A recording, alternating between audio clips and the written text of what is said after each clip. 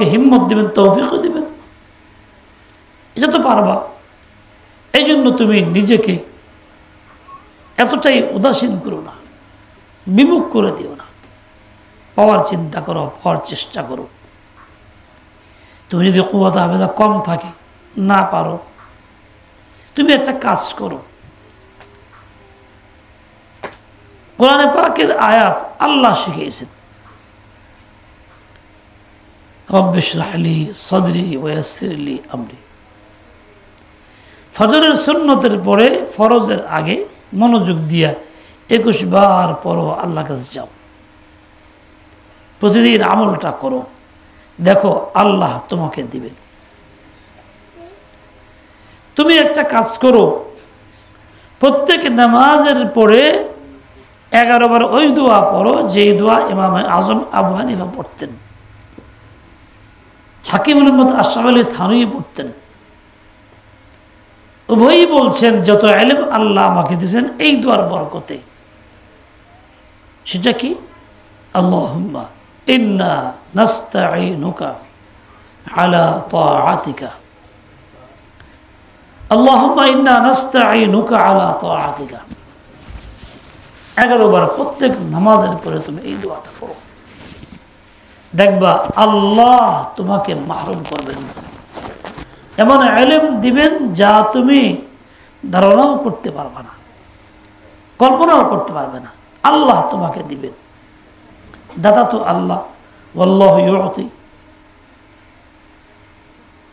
এক বুজুর্গ বলেন, কোনো ছাত্রী বা ছাত্র মুখস্থ করে রাখতে পারে না, হেফজ করে ভুলে যায়, অশান্তি মনের ভিতরে, দুঃখ লাগে, পড়তে চায় না। বলে একটা কাজ করো, কোরআনে কারীমের আয়াত তুমি আমল করো, আল্লাহর কাছে চাও। লা তুহাররিক বিহি লিসানাকা লিতা'জালা বিহি ইন্না আলাইনা জামআহু ওয়া কুরআনাহু। ফজরের পরে খুব মনোযোগ দিয়ে 100 বার এই আয়াতটি পড়ো, আল্লাহর কাছে দোয়া করো, ইনশাআল্লাহ তাআলা আল্লাহ তোমাকে মাহরুম করবেন না, জেন শক্তি খুলে দিবেন, কুওয়াত হাফেজা বাড়ায় দিবেন, কোরআন ইয়াদ করায় দিবেন। এই সমস্ত দোয়ার দ্বারা আল্লাহ থেকে নিতে হয়, আল্লাহ দিয়ে রুজু করতে হয়। তৃতীয় কাজ যেটা, সেটা হলো এই ইলমের জন্য যেটা প্রতিবন্ধক বাধা, সেই কাজ থেকে নিজেকে শতভাগ মুক্ত রাখতে হয়। সেই কাজ কি? অনেক কাজ। অতিরিক্ত বন্ধুবান্ধব, সম্পর্ক বেশি করা। সেই কাজ কি? গুরুত্বহীনতা। সেই কাজ কি? গুনাহের কাজ, যে কোনো গুনাহ। ইলম নূর, গুনাহ হইল জুলমাত, একটা অপরটার বিপরীত। গুনাহ যখন করলো জুলমতে পরিপূর্ণ হইল, কাজে ইলম আসতে পারে না। তুমি দিল্লি গুনাহ থেকে মুক্ত করলা না, গুনাহ দিয়ে ভরে রাখলা, তোমার দিল্লি নূর কোত্থেকে আসবে? খাস করে এই যুগে বেশি ফিতনা মোবাইল, মোবাইলের ব্যবহার, নেট ব্যবহার, নেটের জগৎ, এটা ইলমের জন্য সবচেয়ে বড় বাধা, প্রতিবন্ধকতা। অথচ মাতা পিতা এই ক্ষেত্রে খুব তাসাহুল করে বলা, মানুষ তো বড় হলে ঠিক হয়ে যাব, তো ভাত খায় না তাই দিয়ে রাখছি, ও পাইতে আইসে একটু মাঝে মধ্যে দেহ, মাঝে সাথে সব দেখে না, একটু খেলাধুলা করো। এইভাবে তাসাহুল করার কারণে ওই বাচ্চা বাচ্চি এমন আক্রান্ত হয় নিজের অজান্তেই যে আর ফিরে আসতে পারে না,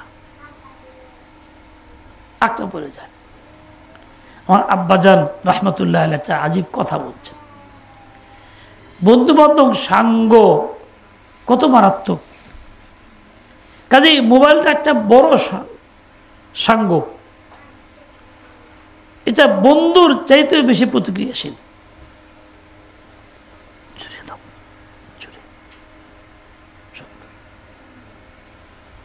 আব্বা বলছেন যে আমরা যখন মিজান পড়ি, একটা ছেলে খুব সুদর্শন, সুন্দর, জ্ঞান বুদ্ধি ভালো, জ্ঞান শক্তি ভালো। হঠাৎ করে এই ছেলেটাকে পাই না, একটা না 15 দিন খোঁজখবর নেই, কোথাও পাওয়া যায় না। ঘটনা কি? তালাশ করা শুরু করলাম, দেখি যে শহরের এক জায়গাতে একটা লাইব্রেরিতে, যেখানে কাদিয়ানীদের লাইব্রেরি, ওইখানে খুব মনোযোগ দিয়ে পড়তেছে, ওদের বই পড়তেছে। বলে আমরা বন্ধুরা চিন্তা করলাম ওদের বাইর করে আনতে কেমনে আনি। সব ছাত্র বিকেলবেলা লোকজন নাই, ওদের একাই পড়তেছিল, ভিতরে ঢুকিয়ে জোর করে দিয়ে লই আইছি। জিগাই তুই কেল লেগে পড়া বাদ দিছস, এম ঢুকলি কমনে? মাঝে মধ্যে এখান দিয়ে যাতায়াত করি, দেখি যে লাইব্রেরিটা, তো মনে করলাম যে লাইব্রেরি যখন তুই পড়ি, ওদের সাথে যে কথা হয়েছে, আস্তে আস্তে সম্পর্ক হয়েছে, পড়তে দিয়েছে। পড়তে পড়তে এখন এদিকে মন ঘুরে গেছে গা, এখন আমি কইতে পারি না কি হয়েছে। এই যে খারাপ সঙ্গ, কাদিয়ানি, তাদের খপ্পরে পড়ছে কেমনে, এবার এমন পড়াই পড়ছে মাঝহাত থেকে চলে গিয়ে ও ঘরেই থাকতেছে, তার মত পাল্টায় গেছে, আকীদা নষ্ট হয়ে গেছে। এর পিছনে কারণ ছিল সাইনবোর্ড দেখা, চোখটা। এই চোখ মানুষকে আকৃষ্ট করে খারাপ কাজের প্রতি, এই চোখ দিয়ে খারাপটা ভিতরে ঢুকে, আর ওই ভিতরে এমন ঢুকে যে আক্রান্ত হয় আর ছুটতে পারে না। এই জন্যই তো মোবাইলে দ্বারা বাচ্চারা ক্ষতিগ্রস্ত হয় অনেক বেশি, মুসলিম সন্তানরা, যুবক যুবতীরা অনেক বেশি ক্ষতিগ্রস্ত। মাথা ব্যথা করে ছেড়ে দেয় মোবাইলের কারণে, পড়া তো অনেক দূরের কথা। কাজেই ইলমের প্রতিবন্ধকতা যা আছে, এই সবগুলি সম্পূর্ণ পরিত্যাগ করা, এর থেকে নিজেকে সম্পূর্ণ মুক্ত করা। একটা সময় সবটুকু লাগানো, মেহনত করা, পরিপূর্ণ আল্লাহ তাআলার কাছে চাওয়া, কান্নাকাটি করা, চায় নেওয়া। আর এটা হলো এই খারাপ সংসব থেকে নিজেকে মুক্ত রাখা, গুনাহ থেকে নিজেকে মুক্ত করা। এই 3 কাজ যে করবে, আল্লাহ তাআলা তাকে ইলমে নাফে, কলবের ইলম যা দিবেন, যার জন্য বলা যাবে ইফাক্কিহু ফিদ্দীন। এই 3 কাজ যার মধ্যে থাকবে না, সে বঞ্চিত হবে। তোমরা কষ্ট করে এখানে আসছো, মাতা পিতা পাঠাইছেন, তোমার জন্য পয়সা ব্যয় হয়, তোমাদের জন্য মাতা পিতার শ্রম হয়, সময় দিতে হয়, চিন্তা করতে হয়, হাড় ভাঙা কষ্ট করে তারা এগুলি করে। আর তুমি এখানে থাইকা যদি মাতা পিতার সেই আশা পূর্ণ করার চেষ্টা না করো, মনোযোগ দিয়ে লেখাপড়া না করো, গুনাহে লিপ্ত হও, ওইরকমভাবে খারাপ সংসব তুমি গ্রহণ করো, তাহলে জিন্দিগি বরবাদ হবে, যেই জিন্দিগির পুনরায় আর আবাদ করা সম্ভব হবে না। মনে রেখো, জীবনটা কিন্তু একবারই, দ্বিতীয়বার ফিরে আসবে না। কাজে সম্পর্ক কমাও, গল্প গুজব, কথাবার্তা, উঠা বসা, বেড়ানো, মার্কেটে যাওয়া, এখানে যাওয়া, ওইখানে যাওয়া, বিভিন্ন রকম আজেবাজ জিনিস মত বিনিময় করা, একজন থেকে একজনের দেওয়া আর নেওয়া, গল্পের মাধ্যমে মেয়েদের মধ্যে এটা বেশি হয়ে থাকে। এই সব থেকে নিজেকে মুক্ত করতে না পারলে সবার আসা যাওয়াই হবে, বাস্তবে মাকসাদ হাসিল হবে না, বঞ্চিত হইবা। আল্লাহ, এই যে বন্ধটা গেছে, এই বন্ধের মধ্যে নিশ্চয়ই অনেক মেয়েরা নামাজ পড়ে নাই, একাধিক বক্তব্য পড়ে নাই গাফুদের মধ্যে। তাহলে সে ইলম শিখলোটা কি, ফিকহ কি হাসিল হইল, তাকে তালেবে ইলম কেমনে বলা যাবে? তালেবে ইলম তো যে 24 ঘন্টা তালেবে ইলম থাকে, মাদ্রাসায় থাকলেও, বাড়িতে থাকলেও, মার্কেটে গেলেও, রাস্তায় চললেও। তোমরা মনে করতেছো আমরা মাদ্রাসার থেকে আয়া পড়ছি বাড়িতে, তালেবে ইলম নাই। এরকম চিন্তার কারণে তোমাদের আমলের পরিবর্তন আসছে, এই জন্য গাফলত ধরছে। মনে রেখো, তুমি যখন আল্লাহ পাকের বান্দা বা বান্দি, তোমার বান্দা বান্দি যখন কখনো ছুটবে না, ওইরকমই তুমি তলবে ইলম শুরু করছো মৃত্যু পর্যন্ত, আর তোমার কখনো ছুটবে না, তোমার তলবে ইলমই থাকবা। একটা মশহুর কথা আছে, কেউ হাদিস বলে যে উতলুবুল ইলমা মিনাল মাহদি ইলাল লাহদি। এই বক্তব্য দ্বারা বোঝা যায় তলবে ইলম জীবন ভরা, কাজেই তলবে ইলমও থাকবে জীবন ভরা। হাদিসে বাকি সহিহ তো আছেই, তলবুল ইলমি ফরিয়াতুন আলা কুল্লি মুসলিম, সেখানে তলব তো আছেই, যতটুকু সময় নির্ধারিত নাই, আজীবনের জন্য। তুমি যে ইলম শিখবা দুনিয়ার কোনো বিষয়ের ইলম না, তোমাকে এখানে খানা পাকানো শিখাবে না, খিচুড়ি পাকাও না, আলুর ভর্তা বানাও না, হাসিনার স্কুলের মতো, তুমি বাড়িতেই শিখবা। তোমার গেলে তোমাকে শেখানো হবে এমন ইলম যা আল্লাহ ওয়াহির মাধ্যমে দিয়েছেন, সিনার থেকে সিনায় আসছে, যে তোমার জিন্দেগির সকল ক্ষেত্রে শতভাগ প্রয়োজন, মৃত্যুর পরেও প্রয়োজন, দুনিয়া আখিরাত দুই জায়গাতেই প্রয়োজন। মৃত্যুর পরে তোমার ইলম লাগবে, আর মৃত্যুর আগে তো সারা জীবন লাগবে। এই জন্য এই ইলম শেখার গুরুত্ব অনেক বেশি। আল্লাহ তাআলাই হুকুম দিয়েছেন, রাসূল আকদাস বয়ান করছেন। এই ফিতনাপূর্ণ যুগে যখন মানুষ ইলম এবং আমল থেকে দূরে, আল্লাহ পাক আমাদেরকে এই মুহূর্তেও ইলমের জন্য আসার তৌফিক দিয়েছেন। এর শুকর আদায় করি, সময়টারে কাজে লাগাই। মনে রেখো, যে জিনিস দামি বেশি তার জন্য পরিশ্রম করতে হয় অনেক বেশি।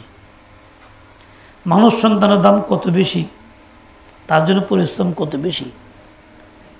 একটা প্রাণী কুকুর, তার সন্তানের দাম মানুষের চেয়ে কম, তার জন্য মেহনত নেই আমাদের মোটেই। যেখানে সে কুকুর বাচ্চা জন্ম দেয়, রাস্তাঘাটে থাকে, গাড়ির তলে পড়ে, মানুষের পায়ের তলে পড়ে, মানুষের বাচ্চা যেখানে সেখানে জন্ম হয় না, এবং এই মানুষের বাচ্চা রাস্তাঘাটে পড়ে থাকে না। দামি বেশি, মেহনতটাও বেশি। এই বাচ্চা জন্ম দেওয়ার আগে মার মেহনত কী পরিমাণ হয়, জন্মের সময় কী পরিমাণ হয়, জন্মের পরেও মাতা পিতার মেহনত কী পরিমাণ হয়। আফসোস লাগে ওইসব সন্তানের জন্য যারা এইসব এহসানগুলি ভুলে যায়, মাতা পিতার অবস্থাগুলি ভুলে যায়, মাতা পিতার থেকে দূরে সরে পড়ে, দিল থেকে দূরে সরে পড়ে, মাতা পিতার কথা মানে না, অবাধ্য হয় দুনিয়ার কাজে না, শুধু আখিরাতের কাজেও। মনে রাখবা, আল্লাহর নবী সাল্লাল্লাহু আলাইহি ওয়াসাল্লাম বলছেন, যার হাদিসগুলি তোমরা পড়বা, আল্লাহর নবী বলছেন, মাতা পিতার অবাধ্য ব্যক্তি আকুল লিওয়ালিদাইহি, এত বদনসিব হয় যে তার দোয়া কবুল হয় না, তাওবাও কবুল হয় না। মাতা পিতার অবাধ্য ব্যক্তি, অবাধ্যতার কারণে মাতা পিতা কষ্ট পায়, দিলে আঘাত লাগে। বলে এমন ব্যক্তির উপরে আল্লাহর আযাব ও গজব দুনিয়াতে মৃত্যুর আগেই নগদ আসবে, জাহান্নামের আগেই দুনিয়া থাকা অবস্থায় আসবে, নিশ্চিত আসবে। ফি হায়াতিহি ক্বাবলা মামাতিহি। মাতা পিতা কি পরিমাণ পরিশ্রম সন্তানের জন্য করে, মা বোনরা তো এমনিতেই বুঝো, তোমাদের তার ব্যাখ্যা দেওয়া দরকার নেই, তোমরাই বরং বলতে পারবা। আমরাও সচক্ষে দেখি, আমাদের সন্তানাদি আছে, কতটুকু কষ্ট লাগে যখন তারা অবাধ্য হয়, কথা মানতে নারাজ হয়, কথা মানতে পারে না, অবস্থাটা তখন কেমন হয়। চরম আঘাত লাগে, যদিও কারো কাছে প্রকাশ করে না, আঘাত তো ঠিকই লাগে, আঘাত নিয়েই চলে। যে কিসের সংকেত? ধ্বংসের সংকেত। ওই সন্তানের ধ্বংস অনিবার্য। মনে রেখো, ছোট্ট শিশু কুকুর দেখলে দৌড়ায়, পালায়। কিন্তু যখন মাতা পিতার হাত ধরে রাস্তায় চলে, বাবার হাত ধরে চলে, তো কুকুর থাকলে ভয় পায় না, বরং উল্টা লাথি মারতে যায়। ও জানে আমি এখন একা না, বাবা আবার শক্তি আছে,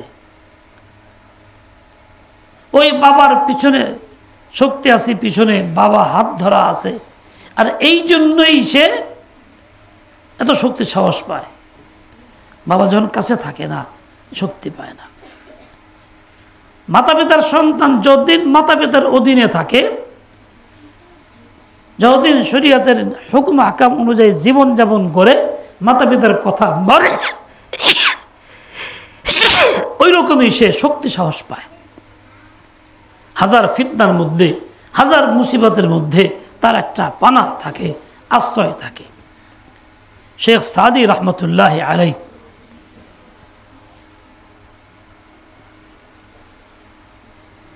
একদিন চলতেছিলেন বাবার সাথে রাস্তায়, এক জায়গাতে অনেক বড় একটা মেলার মতো অনেক লোকের সমাগম। শেখ সাদিকে বললেন, বাবা রাস্তা পার হইতে পারা যাবে না, ধাক্কাধাক্কি করে তোমার সামনে দিলে যেতে পারবো না, ভিড় ঠেলে দেবা কেমনে, আমি আগে যাই, তুমি পিছিয়ে থাকো, আমার জামাটা খুব ভালো করে টাট করে ধরে রাখবা, ছাড়বা না, কাজেই আমার সাথে যেতে পারবা। তো বাচ্চা মানুষ বাবার কথা মোতাবেক জামা তো ধরছে ঠিক মতোই, কিন্তু যেহেতু মেলা, এদিক সেদিক তাকায়, এই যা দেখে ওটা দেখে, দেখতে দেখতে দেরি হয়ে গেছে, কোন তালে পড়ে গেছে, হাত ছুটে গেছে বাবার থেকে, জামা থেকে হাত ছুটে গেছে। গেছে তো গেছে, বহু লোকের সমাবেশ, হারায় গেছে। বাবাকে বাচ্চা গেল কই, অনেক দূরে গিয়ে তালাশ করে পায় না। এরপরে পুরা মেলার মধ্যে তালাশ শুরু করছে। 2-3 ঘন্টা পরে বাচ্চাটাকে পাইছে। বাবা তোমার যে বলছিলাম শক্ত করে ধরে রাখো, তুমি ধরো নাই কেন? বাবা আমি তো ধরছিলাম, কিন্তু এটা দেখতে দেখতে কেমনে হাত ছুটে গেছে কইতে পারি না। বাবা বললেন, দেখো তুমি যতক্ষণ হাত দিয়ে আমার জামা টাটকে ধরে রাখছিলে, কথা মানছিলে, নিরাপদে ছিল, আমার সাথেই ছিল। যখন হাত ছেড়ে দিছো, এদিক সেদিক নজর করছো, তুমি হারায় গেছো, আমি তোমাকে আর পাইতেছিলাম না। হ্যাঁ তুমিও পরেশান ছিলা, কষ্ট করছো, আমিও পরেশান ছিলাম, কষ্ট করলাম। মনে রেখো, যেমন দুনিয়াতে বাবার কথা না মানলে এই অশান্তিটা পয়দা হয়, ঠিক ওইরকমভাবে আখিরাতেও বাবার কথা না মানলে অশান্তি পয়দা হবে, গুমরা হইবা, রাস্তা হারায় ফেলবা, রাস্তা ফিরে পাওয়া যাবে না। কাজেই বড়দের কথা মানতে হয়। আর মাতা পিতার চেয়ে বড় তো অন্য কেউ হয় না। আফসোস তাদের জন্য যে সন্তানরা মাতা পিতার এগুলি ভুলে যায়, তাদের কথা মানতে রাজি হয় না, মানতে পারে না। কতই না নালায়েকের কথা, বদকিসমতের কথা। অনেক মেয়েরা মারে কষ্ট দেয়, বাদশাহ আসার সময় টাইম মতো খানা হয় নাই, রাগারাগি করে মুখ ফোলা থাকে, কথা বন্ধ করে দেয়, নিজে তো কাজ করেই না, নিজে তো ঠিক মতন উঠা নামাজ কালাম পড়ে মাথা তৈরি করে পড়তেছে, কিংবা ঘুমায় রয়েছে, পরে উঠলো। আর মা যে আগের থেকে উঠেই কষ্ট করতেছে, সব কিছু পাকাইতেছে, কোনো কারণে দেরি হয়ে গেছে, তাই মার সঙ্গে খারাপ ব্যবহার, কিংবা এখানে থাকে বোর্ডিংয়ে, মা আসলে রাগারাগি করে, আগে আইলি না কেন, এই জিনিস দিলি না কেন, তোর সাথে সম্পর্ক নাই, আমি তোর মুখ দেখাবো না, তুই আমার মা না, বলতে শুরু করে দেয়। কতটাই নোংরামি, কত নিচুতা। কিয়ামতের আগে ঘটনা ঘটবে, বাস্তবে চোখে দেখতেছি। ও মেয়েরা শোনো, খবরদার খবরদার, তুই মার সাহায্য করো, মার সঙ্গে এই খারাপ আচরণ করো না। মা তোমার বান্দি না, মা তোমার চাকরানি না, মা তোমার রহমত। ও সন্তানরা, বাবা তোমার রহমত, বাবা তোমার চাকর না, বাবা তোমার দুশ্মন না। বাবা যা বলে তোমার কল্যাণের জন্য বলে, এই জন্য মাতা পিতার বাধ্য হও। 7 শ্রেণীর লোকের দোয়া সবেরাতেও কবুল না, তার মধ্যে একজন যে মাতা পিতার অবাধ্য হয়। পুরা দিন আমাকে হেদায়েত দেয়, আল্লাহ তাআলা আমাকে আপনাকে সহি বুঝ দিয়ে দেন, হিম্মত আর তৌফিক খেয়ে দিয়ে দেন। আমি সচক্ষে দেখছি, পড়াইতাম যখন খাকজহর মাদ্রাসায় মোমেন শাহী, পাশে হাঁটতে হাঁটতে যাইতাম, রাস্তার বামে একটা বাড়ি ছিল, কালিকাপুরের দিকে যাইতে একটা বাড়ি ছিল। এক যুবক ওই বাড়িতে স্বাস্থ্য খুব ভালো, নিচের থেকে অবশ ল্যাংরা, হাসতে হাসতে বসে বসে হাঁটে, কয়েকটা বাচ্চা তার আছে, গায়ে কোনো রোগ নাই, এই অবস্থা কেন? জানলাম, পরবর্তীতে জানতে পারছি এ মা অসুস্থ ছিল, মা জানে কি বলছে, মারে পা দিয়ে লাথি মারতে গেছিল, মা বলছে তোরে আল্লাহ জানি দুনিয়াতে এটা ভোগায়। তারপর থেকেই এই অবস্থা হয়ে গেছে। যুবক মানুষ, উপরে বডি সব ঠিক, নিচের থেকে অবস্থা, চলতে পারে না, দাঁড়াইতেও পারে না। এটা আমার চোখের দেখা ঘটনা। কাজেই মাতা পিতার সাথে দুরাচরণ, তাদের কথা না মানা, অবাধ্যতা, এটা কখনো কারোর জন্য ভালো হইতে পারে না। সে মহাজ্ঞানী হইলেও না, দুনিয়ার শক্তিধর হইলেও না, রাষ্ট্রের ক্ষমতার মালিক হইলেও না, হইতে পারে না, না না না। মাতা পিতা তোমাকে দয়া করে দিনের ইলম শিখার জন্য ব্যবস্থা করছেন, পাঠাইছেন, তুমি কদর করো, তাদের মনের বিপরীত চলো না। আল্লাহ হিম্মত দেন, তৌফিক দিয়ে দেন। মাতা পিতার কথা বললে বড় উপকার হয়, বড় ফায়দা, বড় ক্ষতির থেকে বাঁচা যায়। আন্দালে বড় ক্ষতির মধ্যে পড়তে হয়। আমার ছেলে গেছে, বাড়ি থেকে পাঠাইছি নানির বাড়িতে, একজনকে দেওয়ার জন্য পাঠাইছি, দিয়ে আসো, যাবে না বলে পাঠাইছি, বলছে আমি চলে আসো, আজকে আইসো না, বারবার না করছে, না আমি আসো। অনেকেও ফোন দিয়েছে আমি চলে আসো, আমাকে রাত্রে আসার দরকার নাই, দেখেন থাইকেই আসো না। মনের বিরুদ্ধে রওনা হয়েছে, শীতের দিন বাসে উঠছে, আল্লাহর কি শান। 30 সালে আইসা এক জায়গাতে বাসটা উল্টা খাদে পড়ে গেছে, পানির মধ্যে, এই শীতের মধ্যে। ঠোঁট কাটছে, থুতনি কাটছে, কয়েক জায়গায় কাটছে, ব্যথা পাইছে, হাত কাটছে।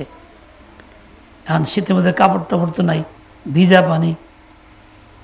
ফোন দেওয়ার কান্দে, আব্বা আমার নিয়ে যান, ব্যবস্থা করে। আমার ছেলের কথা বলি, বারবার বলে আমি কী করবো, কেমনে আনবো, অ্যাম্বুলেন্স পাঠান, অ্যাম্বুলেন্সকে সহজ সেই মানিগঞ্জ থেকে পাঠাবো, 30 সাল আসবে, রাত্রি নিবে, এটাকে 2-5 ঘন্টার কাম। তখন তো রাস্তা আরও সমস্যা ছিল, বুঝাইতে পারি না, কী করবো, পরেশান হইলাম। তারপরে 30 সালে আমার ছাত্র ছিল, ফোন দিলাম, তোমার কাছেও জি আছি, তুমি কই? বলে আমি তো জামাতে আসছি, বাড়িতে না। আমার একটু সমস্যা বললাম, কী সমস্যা হুজুর? বলে তোমার এলাকায় অমুকখানে এক দোকানদারের সামনে ফোন দিছে, দোকানদার থেকে আমার ছেলে যে অ্যাক্সিডেন্ট হয়েছে, ওইখানে ভিজা কাপড় দোকানে এখানে আছে। হুজুর চিন্তা করে না, আমি লোকজন আছে, আমি ব্যবস্থা করতেছি। তারপরে সে তার বন্ধুদেরকে ফোন দিছে, তারা এসে উদ্ধার করে নিয়ে চিকিৎসা করছে, বাড়িতে রাত্রে রাখছে। পরের দিন বলছি এক কাজ করো, তোমরা ওদেরকে টিকিট করে পাঠিয়ে দাও। পরে টিকিট করে পাঠিয়ে দিছে। ও যদি কথাটা মানতো, না আসতো, তাহলে এই দুর্ঘটনা পড়তো না।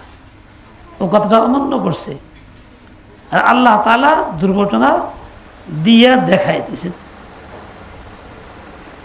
এই জন্য খবরদার, খবরদার, মাতা পিতার মনের বিরুদ্ধে যায় না, তারা যা চান তা করার চেষ্টা করবে। আল্লাহ পাক তৌফিক দেন। ওয়া সাল্লাল্লাহু তাআলা আলা নবিয়্যিল উম্মি ওয়া আলা আলিহি ওয়া আসহাবিহি ওয়া বারাকা ওয়া সাল্লাম। সকলেই পড়ো বিসমিল্লাহির রহমানির রহিম। রব্বি জিদনি ইলমা রব্বি ইয়াসসির ওয়া লা তুআসসির।